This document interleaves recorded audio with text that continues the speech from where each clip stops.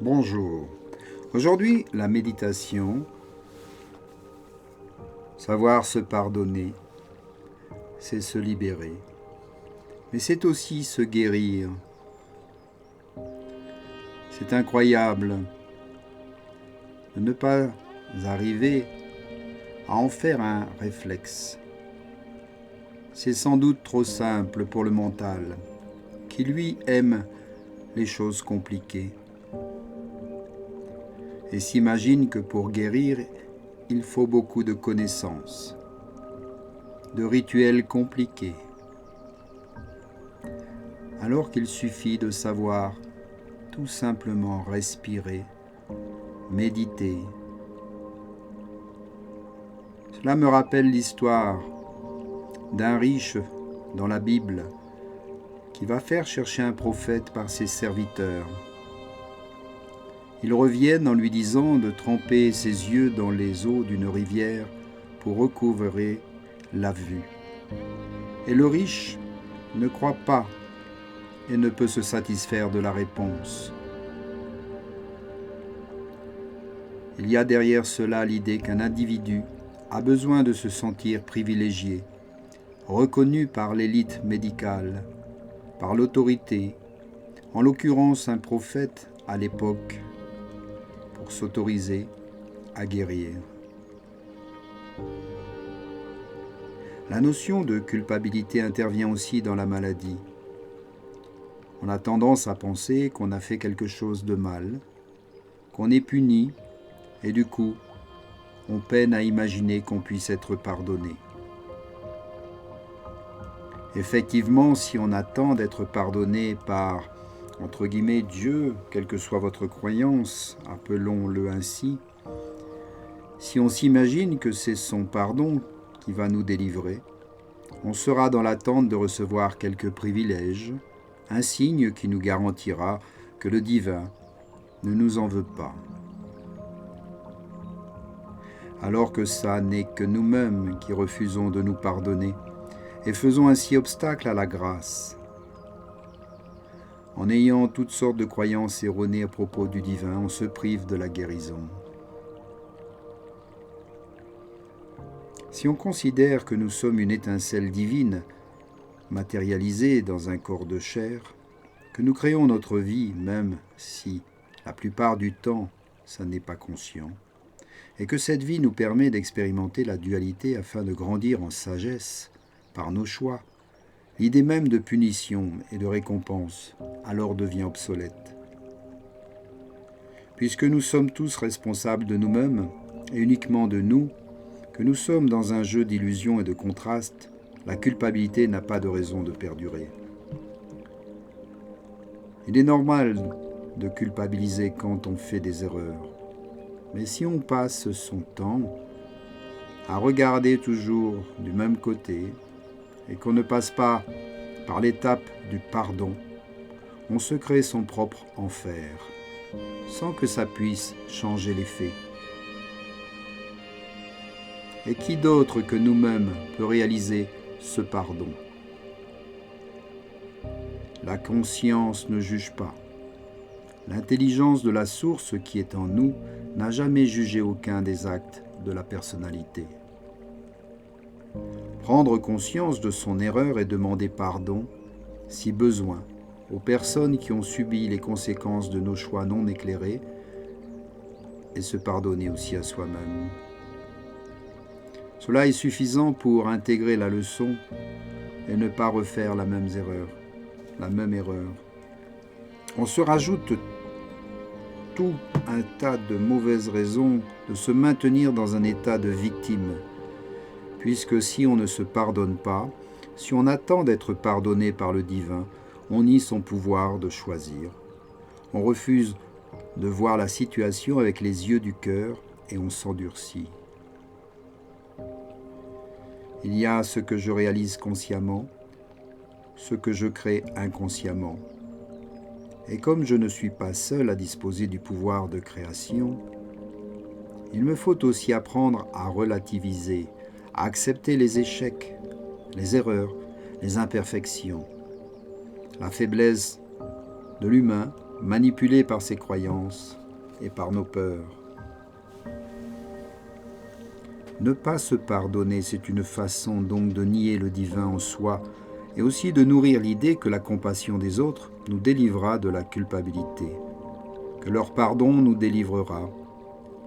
Sans doute par orgueil, par manque d'amour vrai de soi, on peinera à accepter d'avoir fait une erreur, et ça nous maintient dans le rôle de la victime, puisqu'on attend une sanction de l'extérieur, et parfois du divin. De même, croire que nous sommes responsables de nos créations ne doit pas nous faire oublier que nous ne sommes pas seuls à le faire, et qu'il y a plusieurs paramètres du monde invisible que nous ne pouvons absolument pas maîtriser. Un plan d'ensemble dont nous faisons partie au niveau de la conscience divine et que la personnalité ne peut pas vraiment connaître, du moins dans sa totalité. Nous ne pouvons pas contrôler ce que les autres créent, ce que la vie nous amène à vivre, même si nous créons nos propres peurs, même si nous le faisons la plupart du temps sans en être conscients. Nous sommes responsables de ce que nous vivons, de la façon dont nous intégrons ce qui est. Nous ne sommes pas toujours l'initiateur de ce que nous vivons, mais nous pouvons toujours choisir comment nous allons réagir face à ce qui arrive. C'est bien là que notre pouvoir se situe, et non dans la capacité de changer un événement. La culpabilité entraîne les regrets, les remords, et on s'enferme dans un cycle infernal. Prendre conscience de son erreur, l'accepter et enregistrer la leçon afin de ne pas refaire la même bourde permet de passer à autre chose. Culpabiliser nous maintient aussi dans l'inconscience, dans l'idée que nous n'avons pas eu le contrôle sur la situation. Or, il ne s'agit pas de contrôler, mais de permettre l'expérience et de gérer les pensées et les émotions qui auront amené à vivre la situation. On pourra alors détecter quelle fausse croyance a généré l'effet et accueillir la part de soi qui est dans la peur ou dans l'ignorance. La culpabilité est amplifiée lorsque l'estime de soi dépend de l'opinion des autres, de la reconnaissance extérieure. Mais quand on commence à développer l'amour vrai de soi, il devient plus facile de la lâcher. On ne le fait pas comme pour se disculper, comme pour justifier n'importe quel comportement ou encore se donner le droit de faire tout et n'importe quoi. On admet qu'on n'est pas parfait et ainsi on active la perfection de l'amour en soi, par l'accueil de l'émotion et des pensées, par le déni parfois ou le rejet de soi. Lorsqu'on réalise ce genre de mise à jour des croyances et des émotions, on sera beaucoup moins prompt à juger autrui, surtout lorsqu'on ne comprend pas ce qui nous a motivés, lorsqu'on se rend compte que c'est la peur non gérée qui a généré un comportement et que ce sont des stratégies inconscientes qui se sont mises bien souvent en place. On sera motivé à devenir plus présent à soi-même désormais, plus conscient de ce que nous vivons grâce à la méditation. Puis en lâchant la culpabilité, on retrouvera une forme de maîtrise dans la gestion émotionnelle qui nous aidera à reprendre toute confiance en soi. Je vous invite maintenant à passer à la méditation. Nous allons aller voir en chacun d'entre nous les petites choses qui nous perturbent encore, d'aller voir jusque dans votre cœur s'il y a encore de la colère, des peurs, des rancœurs et peut-être même de la haine. Il va falloir éliminer tout ça de votre cœur. Prenez place, installez-vous confortablement à un endroit de votre choix. Commençons. Les yeux fermés, détendez-vous et respirez lentement, calmement. Permettez à votre corps de se détendre et laissez-le respirer pleinement. Abandonnez toute idée de contrôle et faites confiance à votre corps. Il sait comment faire pour maintenir les équilibres corporels et le bon fonctionnement de votre corps. La respiration lente, calme et profonde.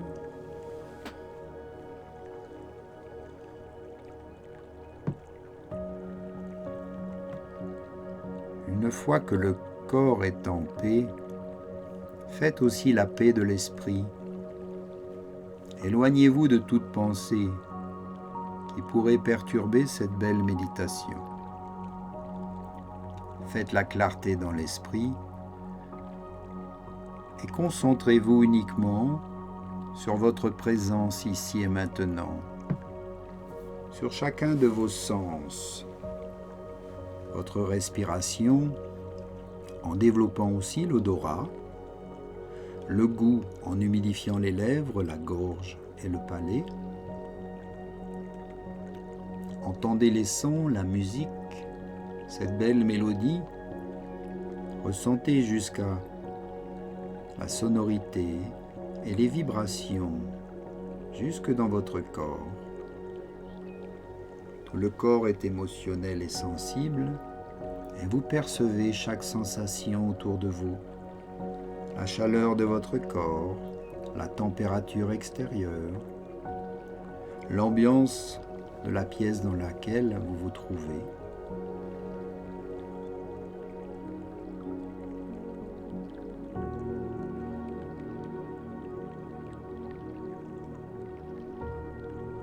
Puis ouvrez votre cœur et mettez un esprit clair et pur. Portez le regard vers votre cœur et soyez à son écoute. Respirez avec le cœur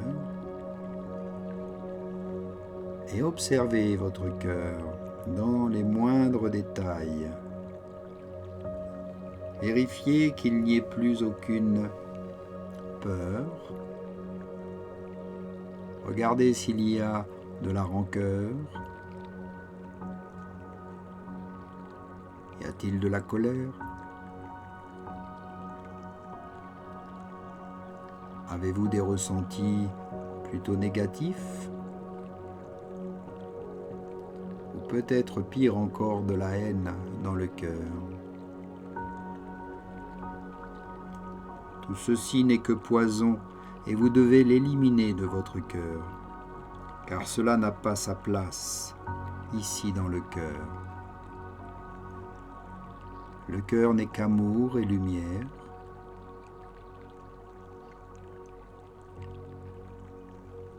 Utilisez le mot magique du pardon pour nettoyer chaque chose qui sommeille dans votre cœur, qui l'abîme et qui le perturbe. Visualisez une belle lumière blanche, puissante et lumineuse, et en mettant toutes ces choses négatives en lumière, vous allez pouvoir les dissoudre. Sachez les reconnaître, les accepter. Accueillez toutes ces choses, même douloureuses, bien souvent enfouies tout au fond de vous. Mettez ceci dans la lumière, soyez plein de courage. Observez d'une manière très neutre et sans aucune émotion.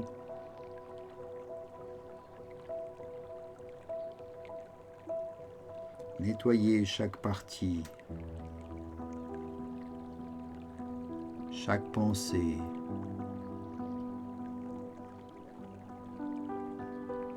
Chaque mémoire de vos cellules qui ont gardé ces informations, ces traumatismes.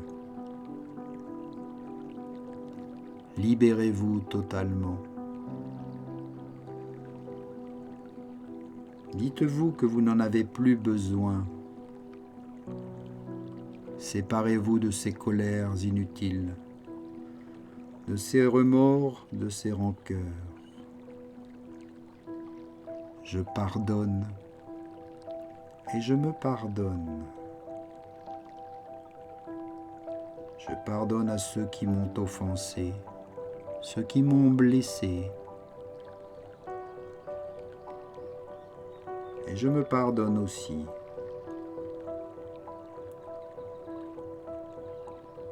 Je reprends désormais mon pouvoir. Je suis responsable et non coupable. Et je suis responsable de retrouver ma paix intérieure.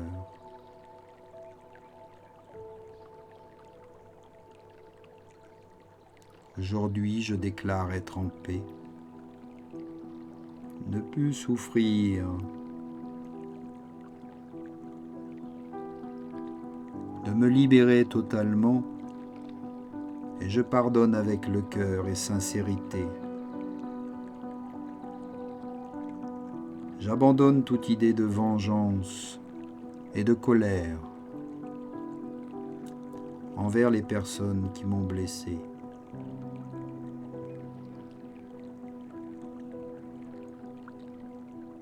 Car pour remplir la coupe d'un beau et bon nectar,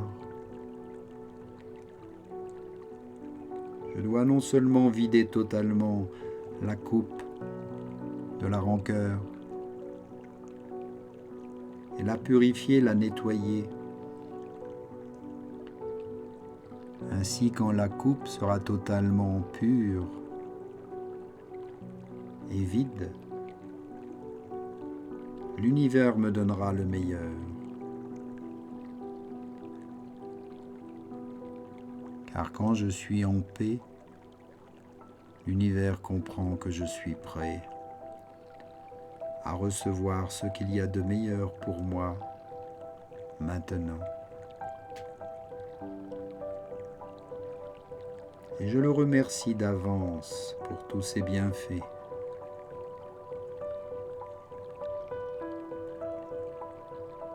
Je sais que l'univers ne peut me l'accorder que si je suis en paix, si je suis dans l'amour, la sincérité et dans l'harmonie avec mon cœur, mon esprit et mon corps, enfin réunis.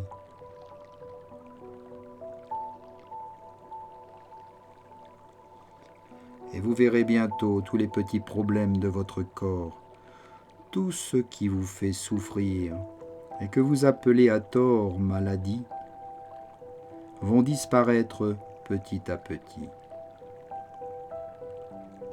Il faudra de plus en plus élever votre conscience au-dessus de la maladie. Il faudra prendre conscience que votre corps fonctionne parfaitement. Intellectuellement, vous le comprenez, mais souvent, on n'arrive pas à l'intégrer.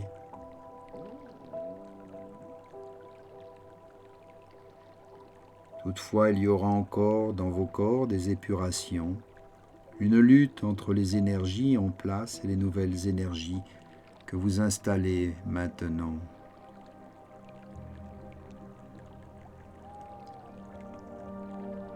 N'oubliez jamais que l'amour est la seule énergie souveraine dans tout l'univers et qu'avec cette énergie, tout vous est possible. Votre propre transformation ainsi que la transformation de tous ceux que vous aimez. De plus, l'amour vous protège de l'extérieur, vous protège de toutes les formes pensées qui pourraient vous atteindre ou vous déstabiliser. En restant toujours dans cette belle énergie d'amour et de lumière, dans la conscience que l'amour est la plus grande force de l'univers, rien ni personne ne pourra vous atteindre, si ce n'est l'amour lui-même, car l'amour attire l'amour. La joie attire la joie et la paix attire la paix. Voilà qui nous remet sur notre chemin, et il est clair qu'en pareille circonstance, l'amour se manifeste dans le pardon à soi. Je suis la seule personne à pouvoir le faire, à pouvoir restaurer la libre circulation de cette énergie de vie, de la source en accueillant tous les aspects fragiles de mon humanité.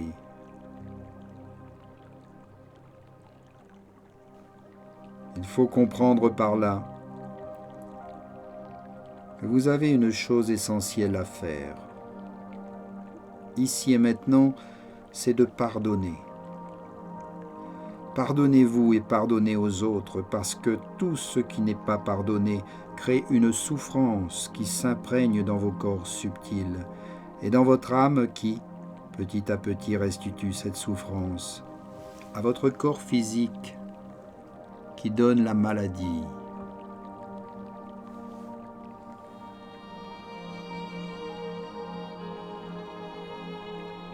Le message est clair ici. Il nous montre que ça n'est pas facile à réaliser, puisque c'est dans l'inconscient que demeurent les fausses croyances. Et ça n'étant qu'en restant à l'écoute des émotions, dans le lâcher-prise, que je peux avoir une vision profonde des choses, accéder à ce qui crée le blocage de l'énergie en moi. Par la méditation, je vais nettoyer, épurer toutes ces choses et libérer mon énergie, étendre l'amour et la lumière de mon corps et de mon cœur à tout mon être, avec un esprit empli de bienveillance.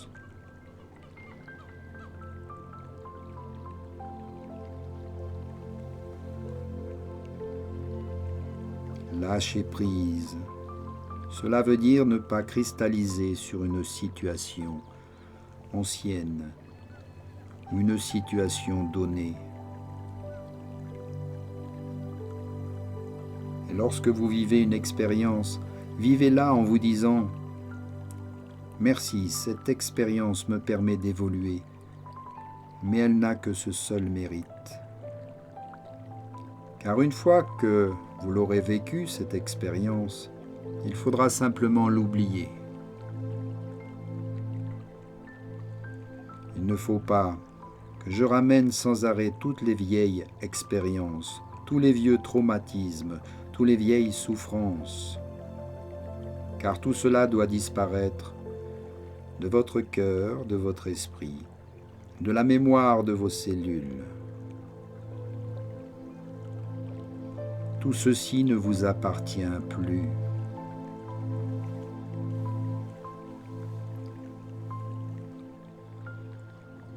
Maintenant, pour qu'une leçon soit bien intégrée, il faut accueillir toutes les pensées, les émotions, afin de libérer la charge énergétique, de défaire les nœuds, chaque fois que mon mental revient sur mes histoires. Je me contente de respirer et de méditer, de regarder en moi avec le cœur et bienveillance, avec compassion, de ressentir ce qui se manifeste en moi sans jugement, jusqu'à ce que plus rien ne m'y ramène.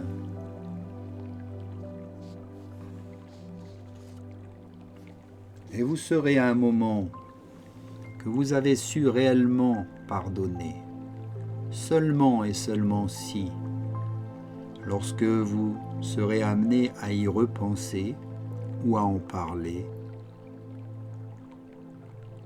si vous ne ressentirez plus aucune émotion à ce moment-là, si vous ne ressentez plus aucune émotion, alors vous savez que vous avez su réellement pardonner et que vous êtes enfin libéré. Prenez-en conscience, ceci est très important. et vous verrez à quel point la vie est prête à vous offrir tous les plus beaux cadeaux, à réaliser vos rêves et vos désirs.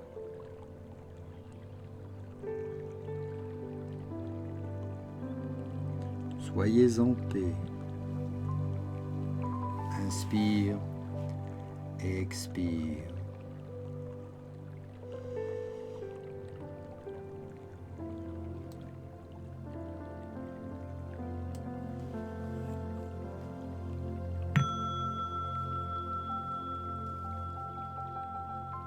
Tout doucement, bouge les doigts de tes mains. Bouge les orteils. Tout ton corps se réveille.